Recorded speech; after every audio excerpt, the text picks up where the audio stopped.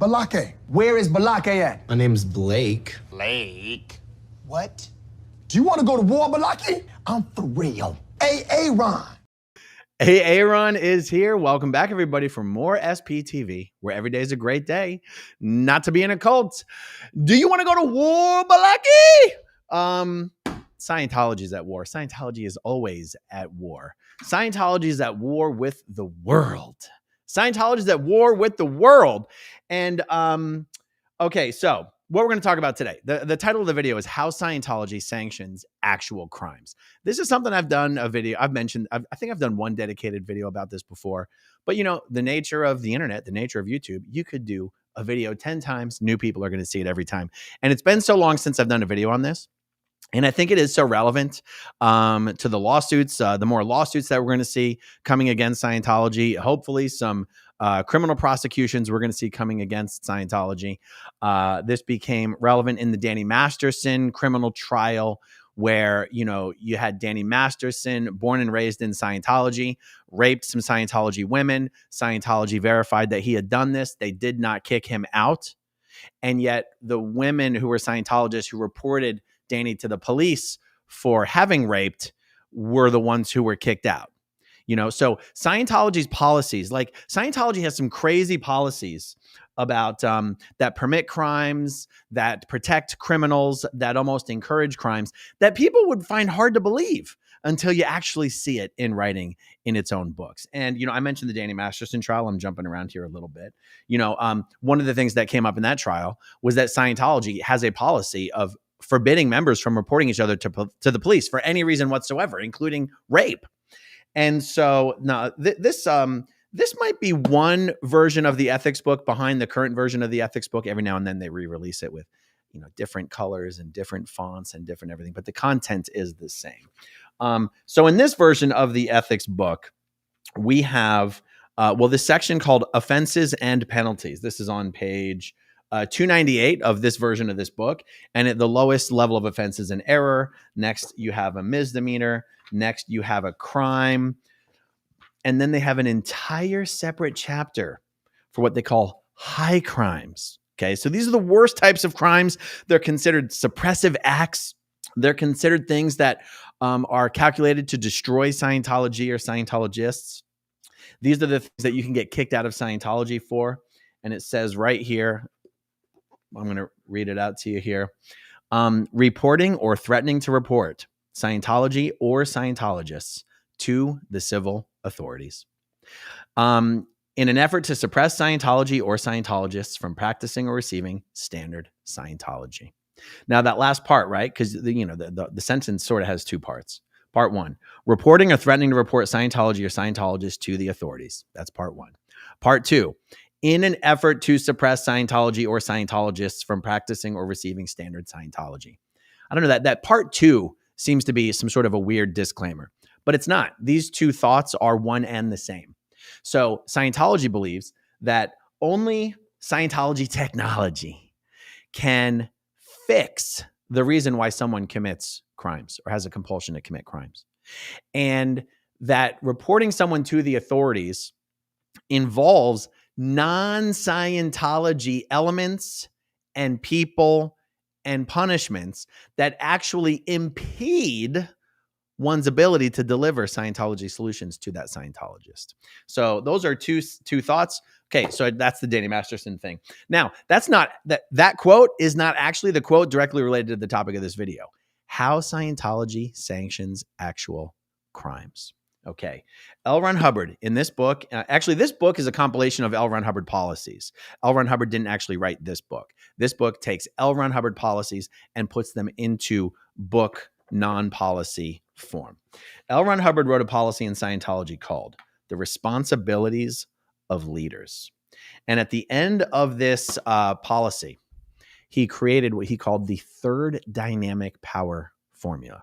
Now, in order to understand the significance of what we're about to read, unfortunately, it's necessary to understand the way Scientology uses some of these terms. So, because the magnitude and the force of the policy that we are about to read sort of hinges on Scientology's entire concept and definition of ethics and morality and right and wrong. So L. Ron Hubbard started by saying in Scientology that you can define what is ethical by doing a little calculation of what is the greatest good for the greatest number of dynamics. Now, again, we have more Scientology words. So in Scientology, the dynamics or the 8 dynamics is an urge towards survival. It's basically the 8 categories of life, the 8 ways people try to survive in life. And the first dynamic is yourself. The second dynamic is family. The third dynamic is any group that you are a part of other than your family. The fourth dynamic is all humankind. The fifth dynamic is all plant and animal life, all non-human life. The sixth dynamic is the physical universe that you can see, touch, and smell. The seventh dynamic is sort of spirituality, individual spirituality. And the eighth dynamic is considered the God dynamic or the infinity dynamic. And it's called that because Scientology doesn't believe in God. But L. Ron Hubbard acknowledged that many people believe in God. And he says Scientology deals with dynamics 1 through 7. And if you do enough Scientology, you'll come to your own conclusions about the nature of God. Now, the conclusion you're eventually supposed to come to is that there is no God, you are a God. But that's neither here nor there. So L. Ron Hubbard says, how do we define what is ethical? Whatever is the greatest, does the greatest good for the greatest number of dynamics. And that's where, I'm mentioning dynamics because, this reference that we're about to read, the responsibilities of leaders, we're only going to read a couple sections out of it. It's followed by the third dynamic, power formula. Okay. Now, in addition to this greatest good for the greatest number of dynamics concept, L. Ron Hubbard and even more so David Miscavige, but they both did this, also made the argument that because Scientology is a third dynamic, and because Scientology is the only way all of humankind can get unplugged from the matrix and freed from the prison planet that is Earth and the prison that is these bodies and the endless cycle of birth to death with amnesia. And even in the only way to get out of this trap of the physical universe, because Scientology is the only thing that can fix everything in the world. Whatever is good for Scientology is good for you. Whatever is good for Scientology is good for your family. Whatever is good for Scientology is good for humankind. Whatever is good for Scientology is good for all of the seventh dynamic. So it becomes this sort of the ends justifies the means. Anything that's good for Scientology is ethical. That's essentially how L. Ron Hubbard eventually redefined this concept of ethics and morality. Okay. So in this essay called The Responsibilities of Leaders, L. Ron Hubbard, I said at the end of the essay, it has the third dynamic power formula. Now, in this context, power really means the person who's in charge. The person who's in charge at the top of the organization or very high up in the organization that has the power. And one of the basic concepts that he pushes here is that there's a certain way that people who have power should act in order to succeed in the long term. And there's a certain way that people who work closely with people who have power should act in order to be successful in the long term. And one of the most important concepts here, and one of his biggest messages to people who work closely with people who have actual power, is that the way to get more power for yourself is not to try to increase your own power.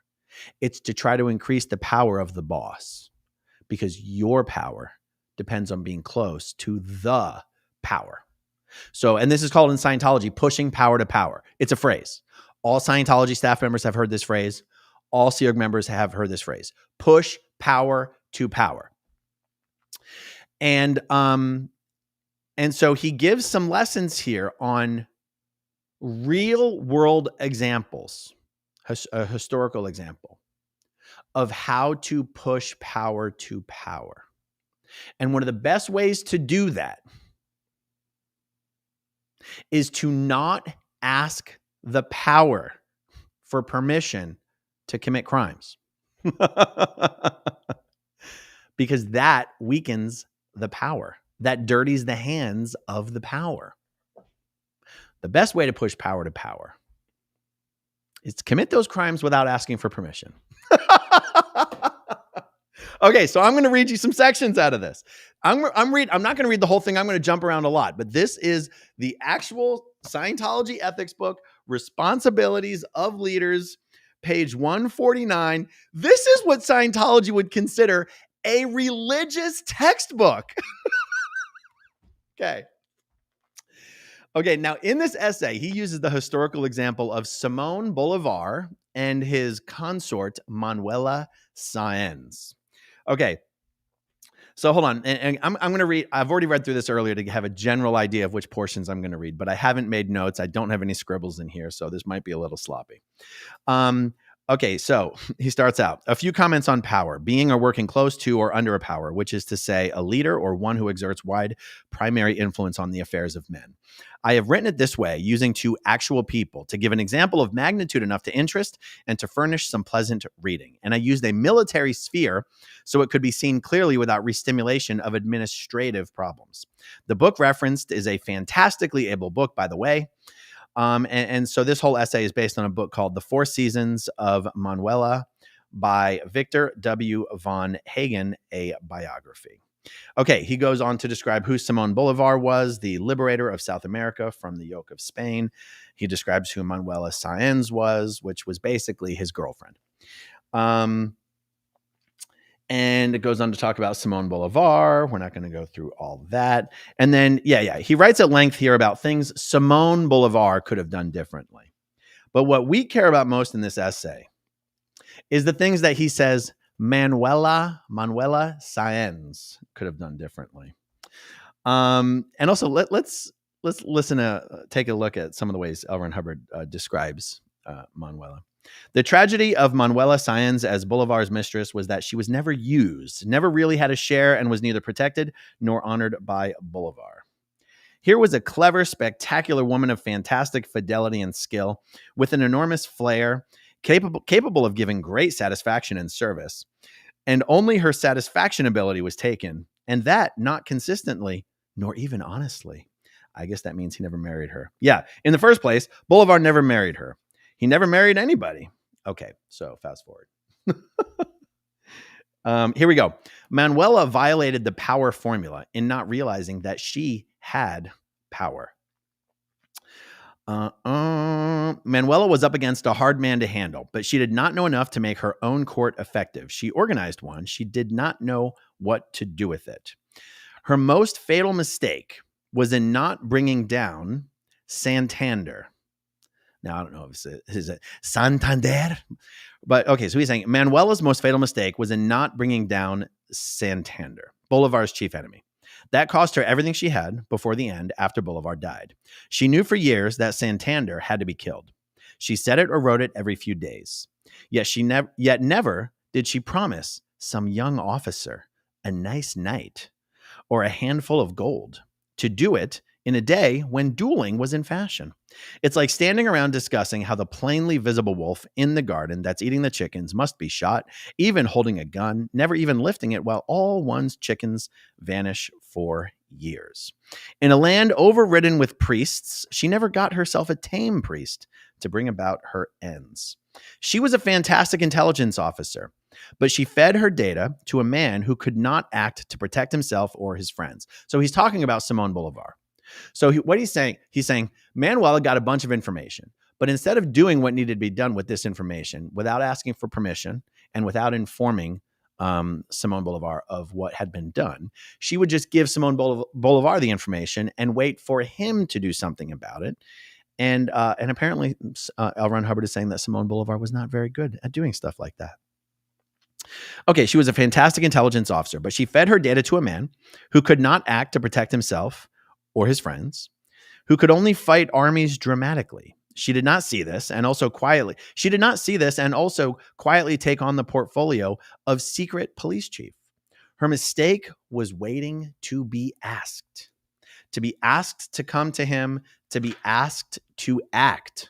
Okay, I'm going to keep reading, but I'm telling you from personal experience, this responsibilities of leaders policy, this third dynamic power formula, is one of the most important policies in all of Scientology for staff members and Sea Org members.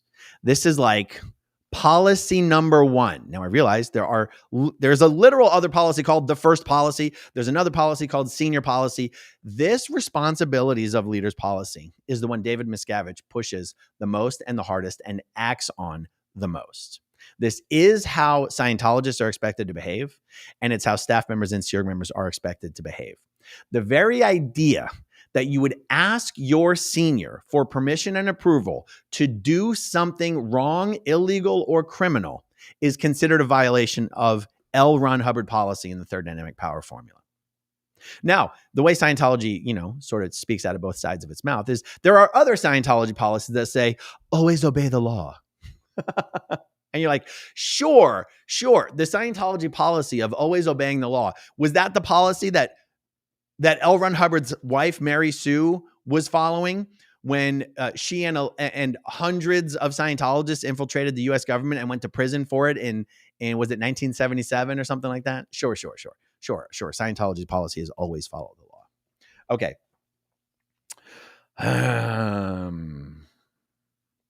Manuela was voluntarily Simone Bolivar's best political intelligence agent. Therefore, she should have also assumed further roles. Check it out. Now, the fact that he's using a historical example of real people highlights the fact that the message Scientologists are supposed to take out of this essay is this is real world applicable information being discussed. Now, he says I'm using a real example to take it out of the possible restimulation of administrative problems. And you go, okay. So even when Hubbard explains why he's using this other example, he doesn't say, so that nobody will think I'm talking about real life. Okay. He goes, Manuela guarded Simone's private correspondence, was intimate with his secretaries, and yet she never collected or forged or stole any documents to bring down his enemies, either through representations to Bolivar or a court circle of her own. And in an area with that low an ethic, that's fatal.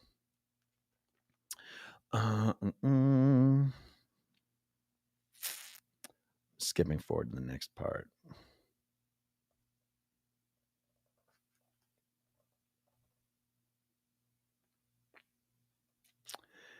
Okay. She goes, she was not ruthless enough to make up for his lack of ruthlessness. And she was not provident enough to make up for his lack of providence. The ways open to her for finance, for action, were completely doorless. The avenue stretched out to the horizon. She fought bravely, but she just didn't take action. And she died of it. And she let Bolivar die because of it. Okay, hold on.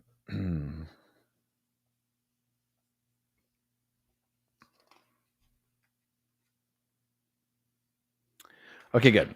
So then we go forward towards the part of the policy that describes, there's a phrase that some of you in the videos have seen mentioned recently called pink legs, the pink legs policy in Scientology. And I'm going to read for you the part of the essay that explains where this phrase came from and what it means. Because the real example that L. Ron Hubbard gives is Manuela, without Simone Bolivar's knowledge, having his enemies killed behind his back. And when, and in this example, when Simone's walking by some building where he sees the pink legs of someone sticking out and goes, what are those legs? He goes, oh, don't worry. That was just someone who had a problem with me. I took care of it, or something like this. All right. I found this earlier. Let me hope I can find it pretty quickly here.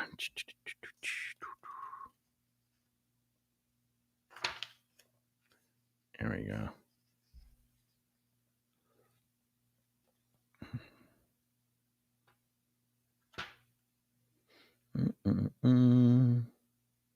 Okay, there it is.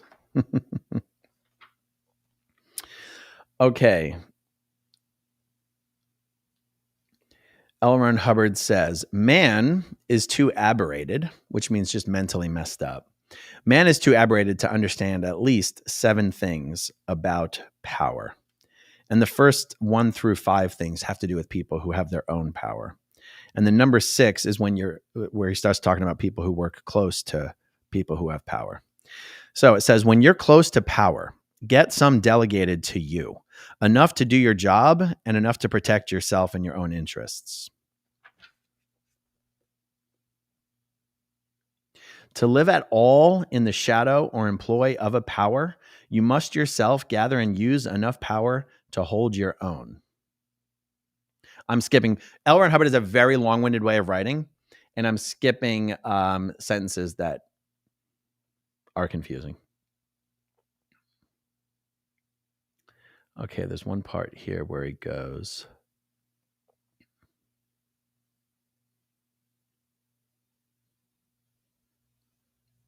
okay, I'm just going to read it as it's written here, okay?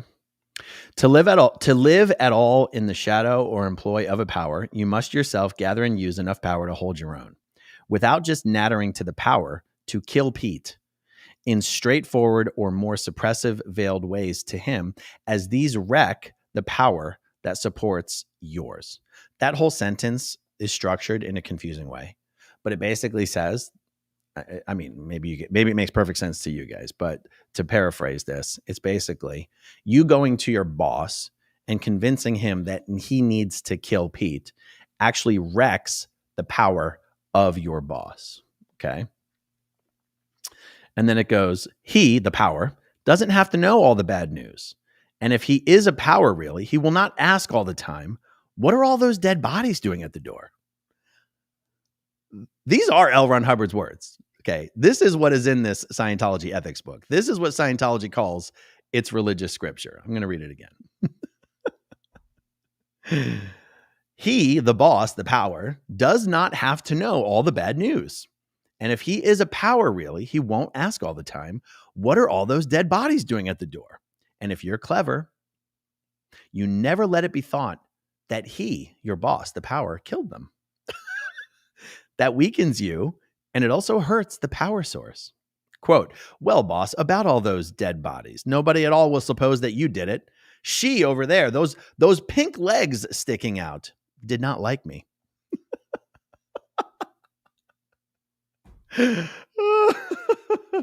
So again, in this example, the boss's junior is having the boss's enemies killed. And the boss, if he really is a good boss, will not bother asking what all these dead bodies around are for. But if he does slip up and ask you about the dead bodies, don't make the boss think it had anything to do with him. Say, oh, don't worry about that. That was someone I had a problem with. She didn't like me. I did it.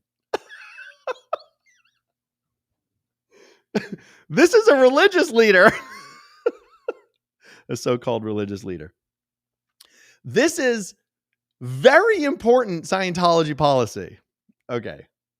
The boss will say, if he really is a power, if he really is strong, smart leader, why are you bothering me with this if it's done and you did it? Oh my God. So funny. Let me see. The rest of this is not really what I wanted to read for the video.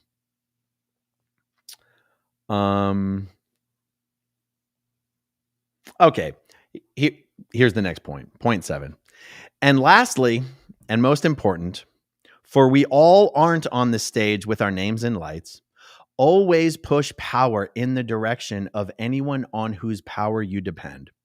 It may be more money for the power, or more ease for the power, or a snarling defense of the power to a critic, or even the dull thud of one of his enemies in the dark, or the glorious blaze of the whole enemy camp as a birthday surprise.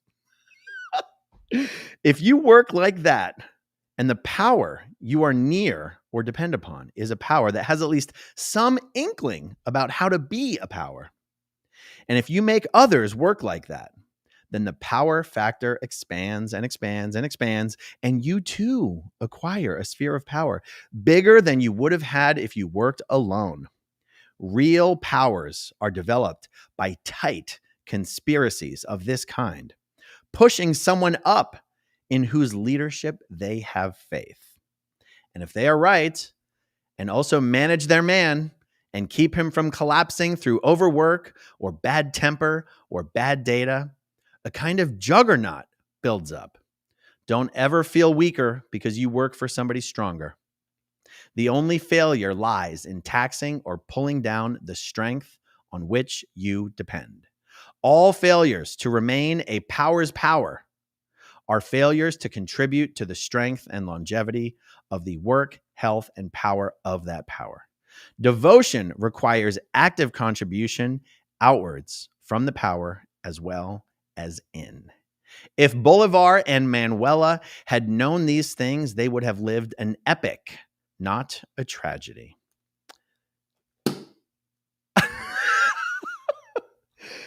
As I read that, and I imagine what like the perfect execution of these principles look like, it reminds me of the TV show House of Cards with Kevin Spacey and Robin Wright Penn. And Kevin Spacey plays an unbelievably devious political politician in that show.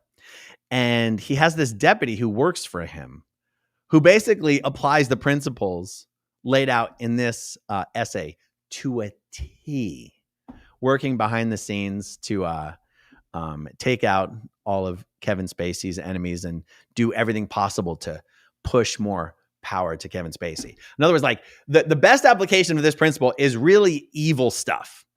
And this is sort of the character of Scientology. And this is why, the title of this video is How Scientology Sanctions Actual Crimes. This is the way they do it. They say the real way to operate effectively in an organization such as Scientology is commit the crimes without asking for permission and without telling anyone. And if anyone asks you about those crimes, make sure your boss doesn't think it has anything to do with them. Does that sound like a criminal conspiracy? Because it absolutely is. And, I mentioned before back in the 70s when Mary Sue Hubbard ran a division of Scientology called the Guardian's Office. And Mary Sue Hubbard was the guardian. And there was like assistant guardians and deputy guardians and guardians here and guardians there. And under the direction of the Guardian's Office, Scientology orchestrated the largest infiltration ever of the United States government at all levels. And the Department of Justice and the IRS and the Treasury Department and the FBI. And I realize a lot of the things I mentioned overlap with each other. And 11 high-level Scientology staff members, Sea Org members. I can't remember if the Guardian's Office were Sea Org members or if they were somehow considered not Sea Org members. But anyhow, 11 high-level Scientologists went to prison, including L. Ron Hubbard's own wife. And if you consider that in this essay, L. Ron Hubbard would be Simone Bolivar, and Mary Sue Hubbard would have been Manuela Sáenz. It does make me wonder whether Mary Sue Hubbard was actively informing L. Ron Hubbard about everything she was doing, or if she was applying this policy by saying, no, it would weaken Ron's power if I asked for permission or let him know what was going on. Now, I'm asking a question that I realize there is an answer to. I'm sure some of the books that have been written about all this have some information about whether L. Ron Hubbard was being informed about all this. But if he was not being informed, it is because of this Scientology policy written by L. Ron Hubbard that Mary Sue Hubbard would have been operating on. Okay. And so this is interesting, right? Because there's also a greater context here. Like you have, there's an initiative going on to indict David Miscavige. And I can tell you anything that would lead to an indictment of David Miscavige is something that I can get behind. But there's a messaging and a tone by those running this initiative that David Miscavige is the sole person responsible for the ongoing criminal enterprise that is Scientology. And I got to tell you, it's weird hearing that message come from some of the highest level former Scientology executives who are perfectly aware of this policy and in accordance with this policy would have been the one committing crimes in Scientology without asking for permission and without providing too much information to the power. Just saying, it's a little weird. If Scientology is an ongoing criminal enterprise, and if David Miscavige is running an ongoing criminal enterprise, I should say that. Say that again. If David Miscavige is running an ongoing criminal enterprise or a continuing criminal enterprise, it means Scientology is one. And if Scientology is one, it means people in it are committing crimes. And those people do have a responsibility for their crimes. And when I say responsibility, I just mean agency. I don't mean people need to go to jail. I don't think we're in a day and age where like any ex-Scientologist going to jail for anything would mean anything. I also don't even think it's possible. I don't think prosecutors are interested in sending any ex-Scientologist to jail for anything they've ever done. I think they are interested. I think there are law enforcement agencies and prosecutors out there who are interested in figuring out how to hold Scientology as an organization accountable for a widespread criminal activity. I do believe that is the case. And I don't think any of those law enforcement officers or prosecutors would try to put any ex-Scientologists in jail. So anyway, just mentioning, it would be nice to see executives talking about the stuff that actually happened under them instead of the stuff that happened to them. What do I know, guys? I grew up in a cult. Okay, let's look at some starred comments and we'll move on. Okay, Sean speaks. I know some channels watch chats closely, but I am proudly Team Aaron. You always deliver information that matters. Thanks for the solid content and hard work. Thank you, Sean. I appreciate that. Itchy Thetans, did he steal that from Star Trek? I don't know what you're talking about, but that's because this comment was almost 30 minutes ago. Sorry, Itchy Thetans. Vegan 3. Hubbard only cared about the group as far as we are concerned. He did not live that way, though. That's actually a very, very good point. Itchy Thetans. Wow, that is some thought appoint language right there. Don't know. Oh, thought stopping language right there. Yes. Oracle, pink legs. Tymark, thanks for sharing. This makes sense what you and Jenna say, as you can't put all the blame on David Miscavige. Other former executives are to blame, and this explains it perfectly. They held power, so they are to blame. Yes.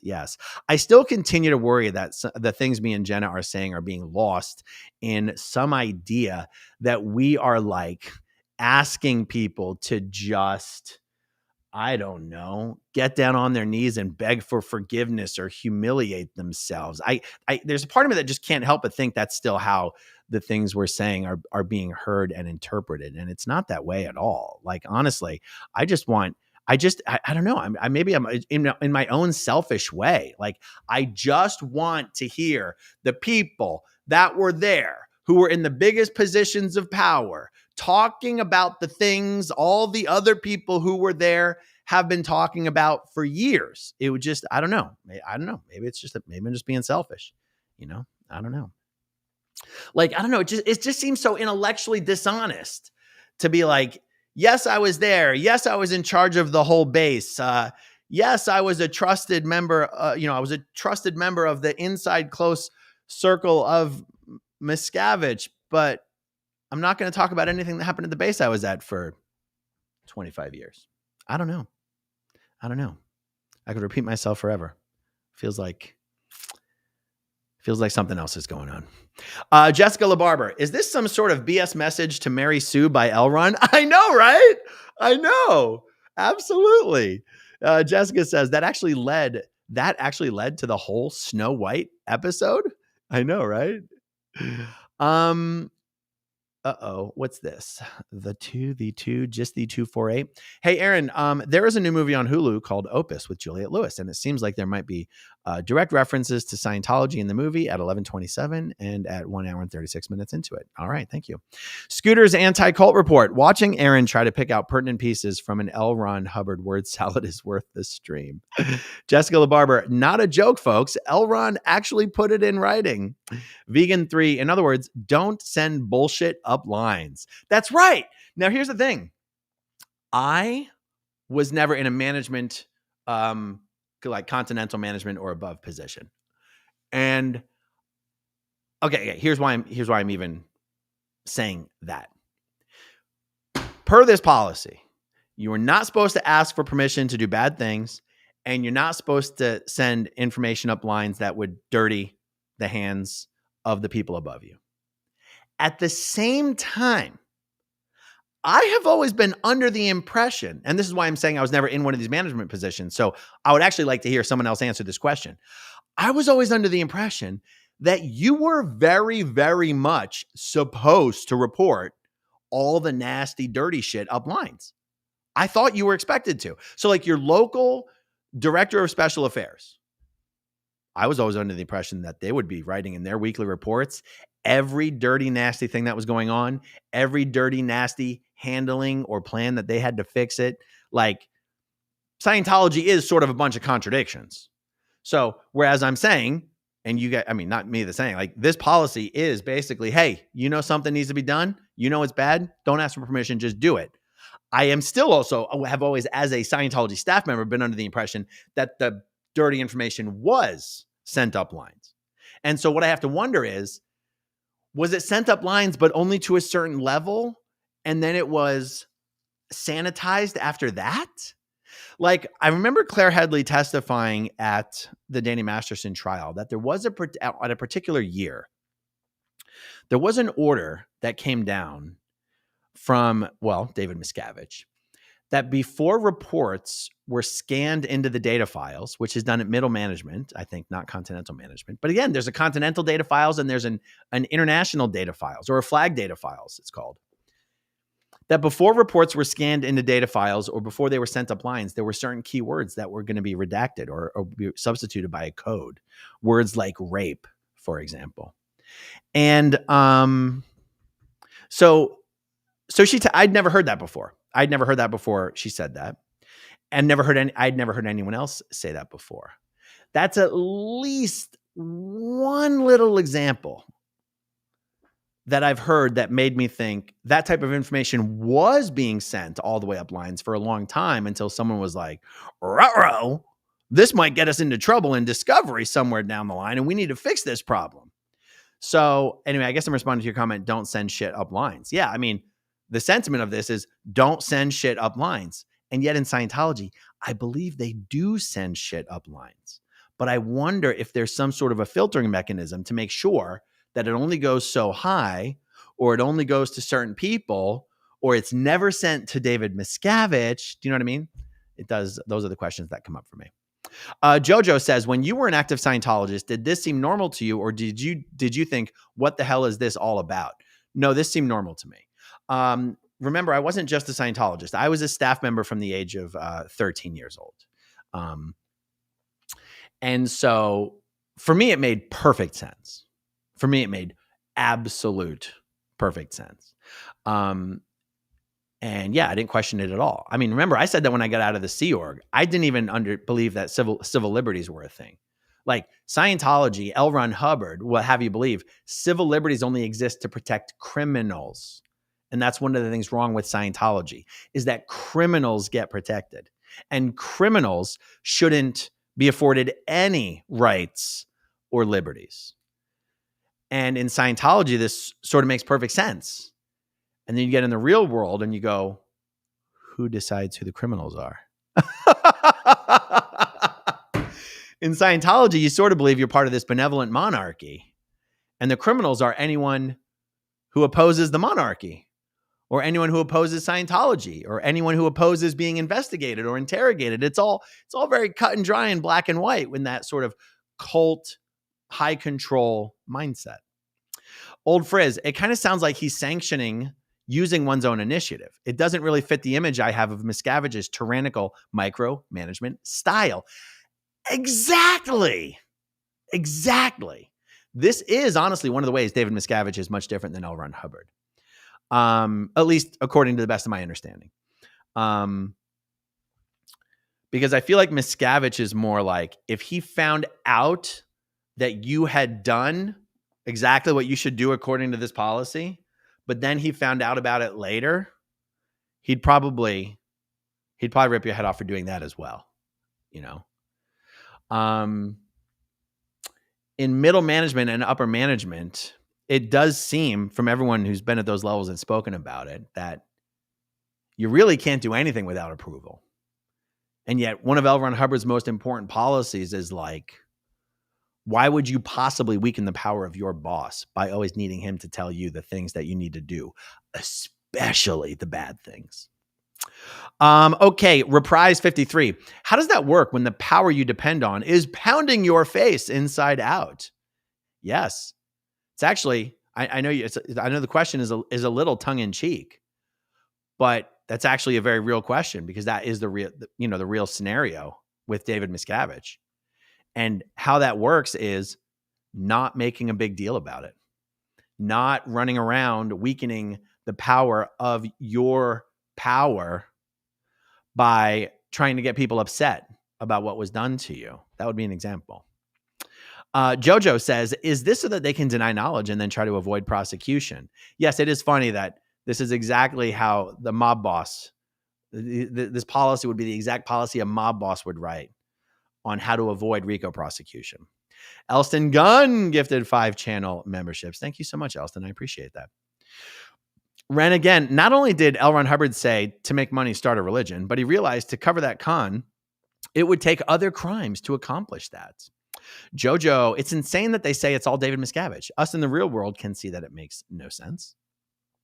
Lavelle Ronning, I just realized that my maiden name initials are LRH. Another good reason I didn't take it after my divorce.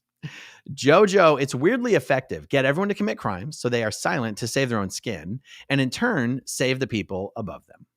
Vegan 3, I don't hear it that way. These other people have cognitive dissonance. Oh, you're talking about what Jenna and I have been saying.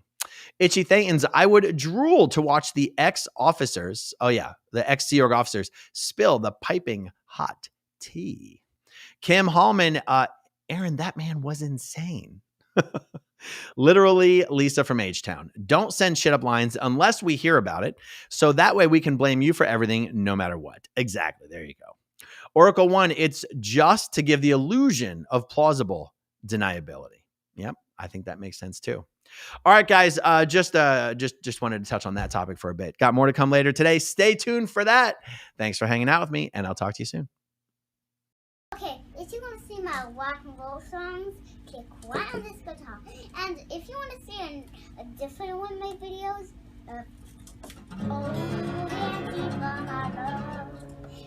then you could click right inside here. If you have subscribed or not, subscribe right here. Bye.